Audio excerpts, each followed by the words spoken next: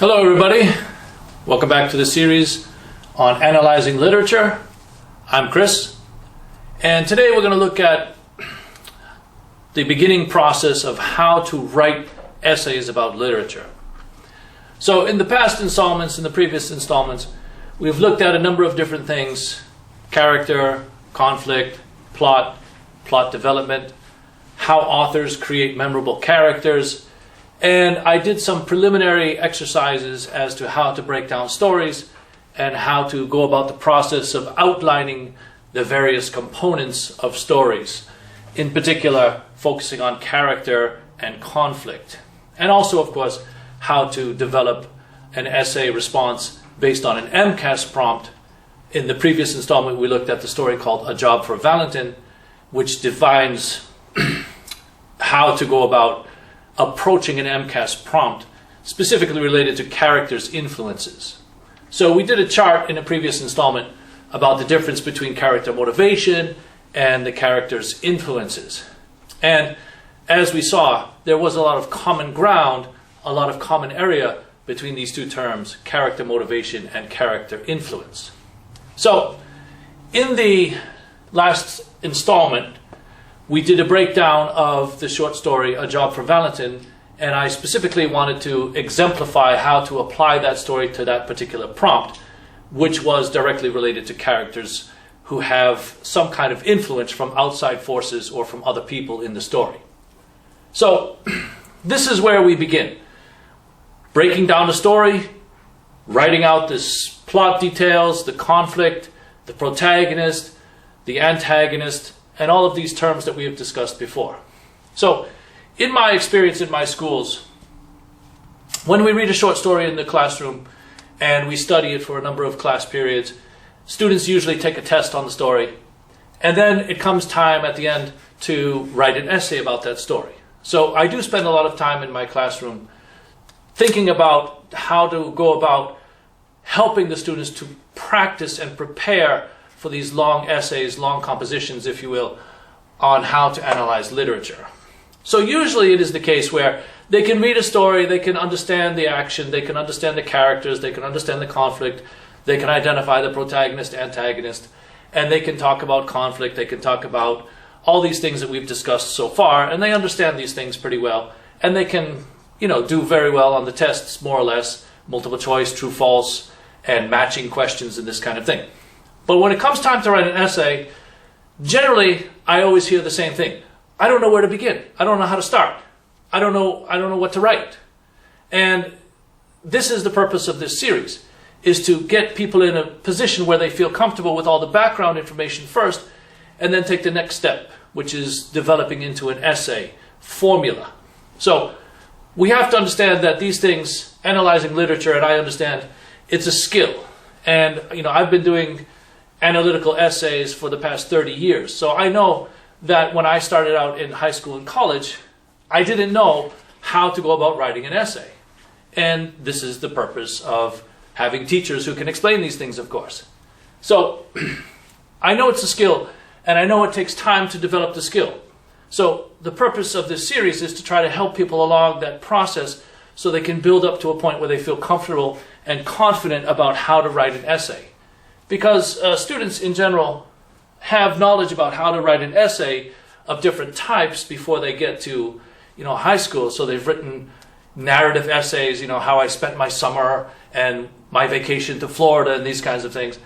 And they can talk about their personal life, and they can write memoirs, for example, about their own personal experiences growing up or the loss of a family member and how they dealt with that.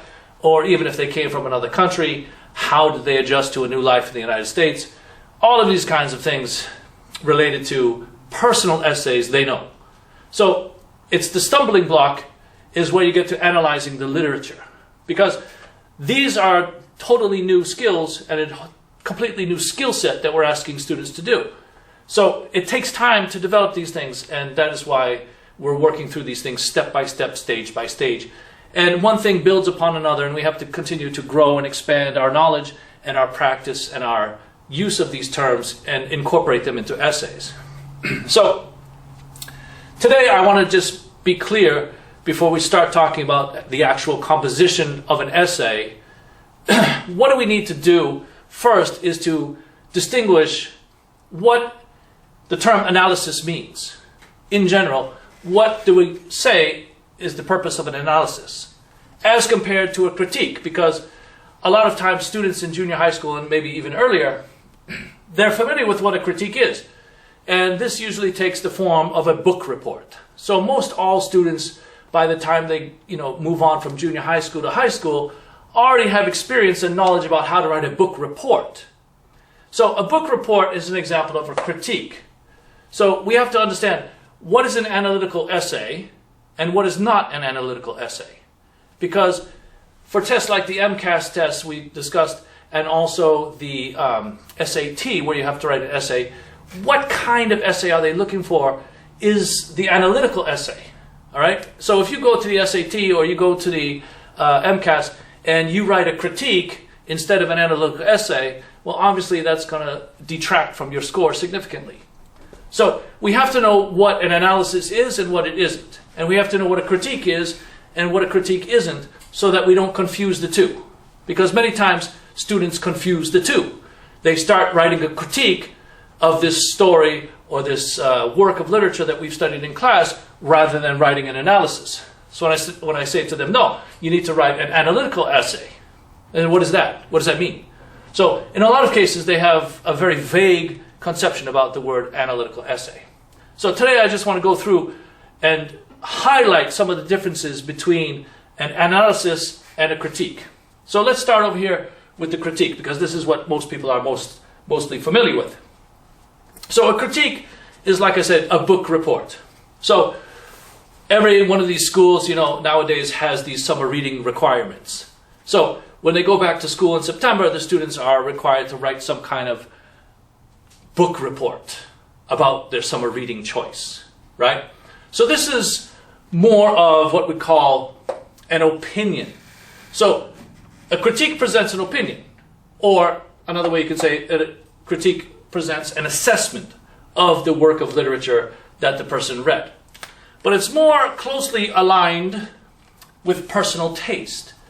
So a critique is more like a book report, as I said, but it's also more like a movie review. So, you turn on your internet and you go to a review of, let's say, Captain Marvel or Spider-Man Far From Home, all of these new movies that come out. People get paid to review these movies. So a movie review is a very good example of what a critique is. All right? Because the person reviewing that movie, okay, it's a 2-star movie, it's a 3-star movie, it's a 4-star movie, that's a person's opinion. Because what is considered an excellent movie for some person may not be considered an excellent movie by another person. So a good example of this is, of course, all this polarization around the recent Star Wars movie, The Last Jedi. A lot of people say it was a great movie. And then there's a whole other group of people that say, oh, it was a terrible movie. So how do we trust a person's opinion? Or how can we confirm a person's opinion? Well, these movie reviewers, they get paid money to write reviews of these movies, and they're expressing their opinion of what? So they're not just saying, oh, I like this, I didn't like that, or I thought this was good, I didn't think that was good. This is an opinion. So it presents an evaluation. So an evaluation of what? Of a work's strengths and weaknesses. So we're looking at the total picture. So if we consider The Last Jedi, if I was writing a review of that movie, what would I focus on? I would focus on the strengths and weaknesses, what worked well and what didn't about that movie, but that's my opinion. So in essence, as it says here, I am saying what was good about it or not so good about it. In that particular case, we're talking about a movie, but we can also use the same process to discuss what was good or not so good about a novel, a play, or any other work of literature, even a poem. We can talk about what we liked or didn't like about the poem. But we're basically assessing, strengths and weaknesses as we perceive them. And the assessment of what? Of the author's skill and craft in developing a story. So this is in a movie review. We could talk about the special effects, for example, in that movie. Were they, convincing special effects? There was a new Godzilla movie that came out just recently. and it got very bad reviews. Because one of the things they said was the special effects were not exciting. They were not anything revolutionary. People thought that the special effects were just, average, ordinary CGI kind of stuff, nothing that would knock their socks off. So, the Godzilla movie that just came out received very lukewarm reviews. The ones that I've read were very lukewarm. So, they are assessing the skill and craft of the producers, the director, the special effects people. How well did they do their job? How well did they tell the story? And these kinds of reviews are assessing these things. How well or how poorly did the director, the producer, the writer, the special effects, everything that goes into a movie, how well did these people do their jobs? And what was the overall effect of the movie? So it just, it seems like something like this movie Godzilla left people cold, left people unimpressed. Okay? So, on the other hand, some movies that come out, like Infinity Wars, they're very popular with millions of people, but they may not get the greatest reviews in the world because these are just people's opinions. So, when we look at a critique is not necessarily analysis. What it is rather an assessment, an evaluation of the skill and craft of the author. So, in this case, you will see people express their opinions about likes and dislikes, good and not good. All right? So that's the purpose of a critique. Now, that is not analysis in the form of the analysis that we're talking about for these purposes here.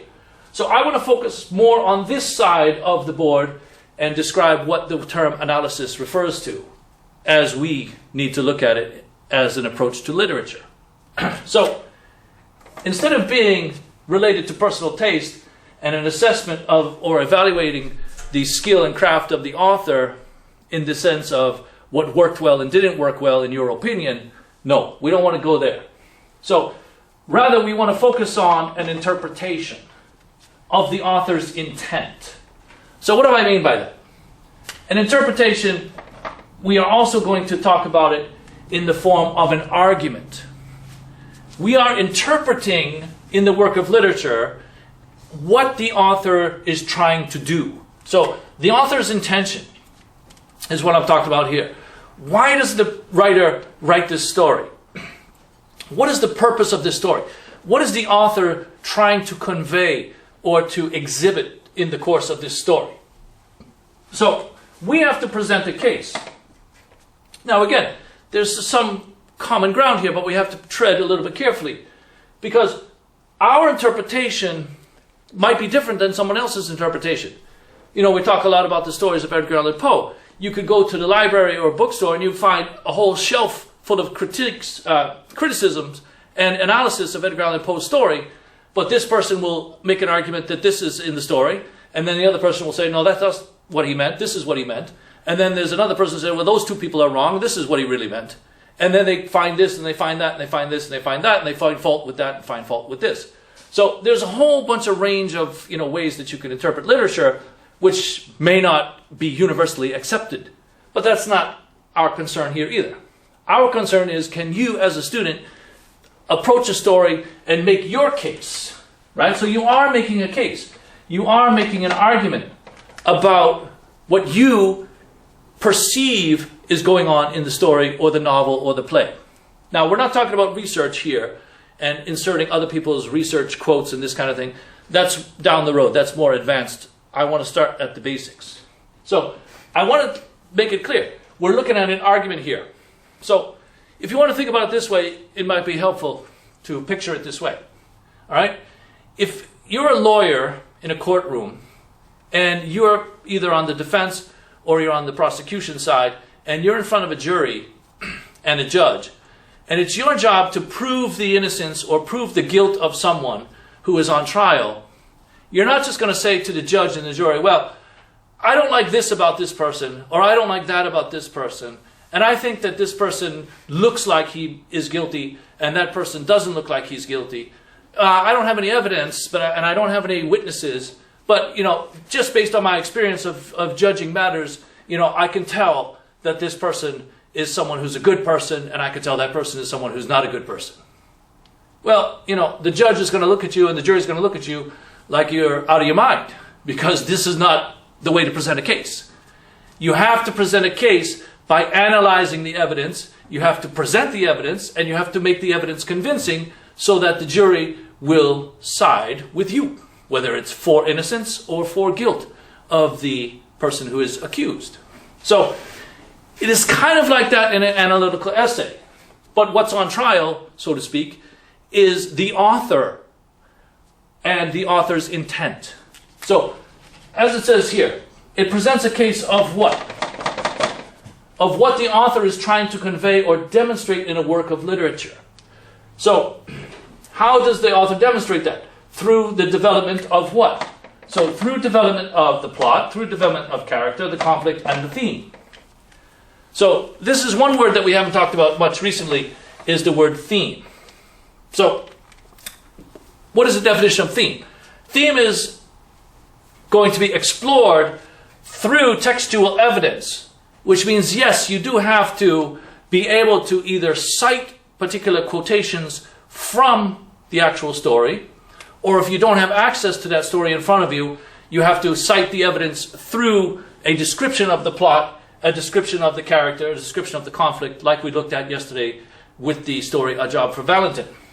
But the theme, you can also show what the theme of the story is through this textual evidence, using examples, specific examples from the story. To do what? To trace the working out of a message. So, it is very clear that the word theme is related to the word message. So, a lot of people I have heard say that the theme is a lesson that the author is trying to show or teach the reader. Well, I don't particularly care for the term lesson because it doesn't really tell the whole story. So not all stories are written just to tell people, okay, this is right and this is wrong. It's more of a message about the human experience. What does it mean to be alive in the world, and how to relate to other people and things of this nature is contained in the message of the story. What are they trying to teach us about human experience?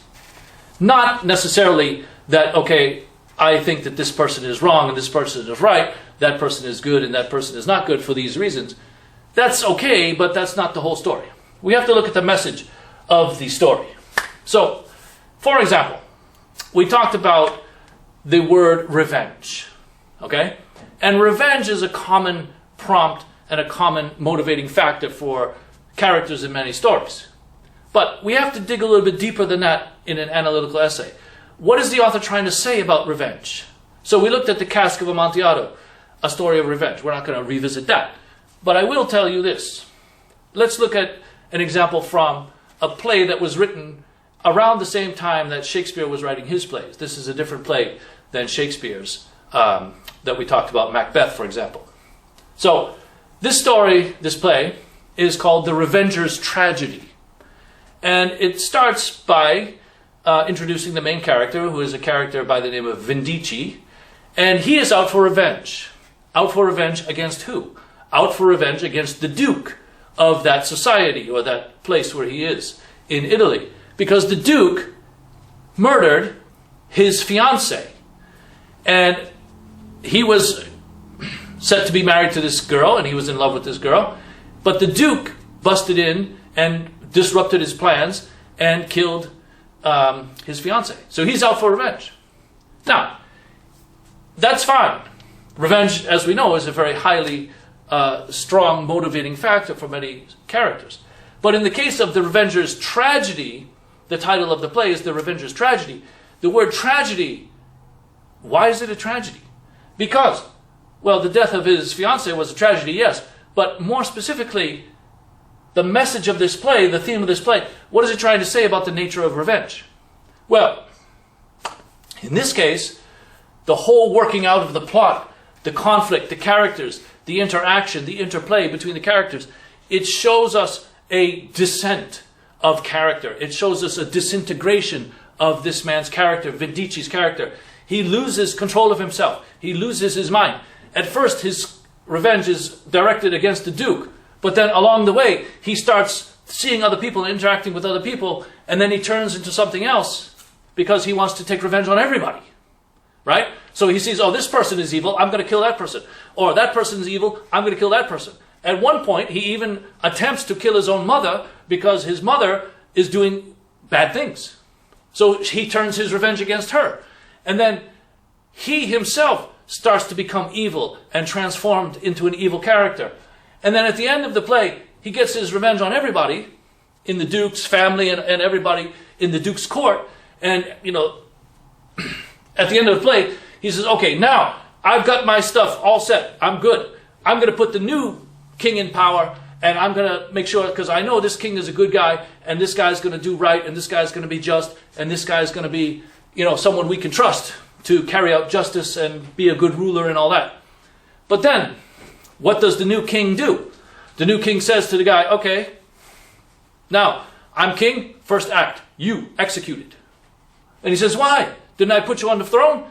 He says, yes, but if you murdered the old king, you can murder me. So he says, you're done. Sends him off to be executed. And then at the very end of the play, he realizes how corrupt he's become as a revenger.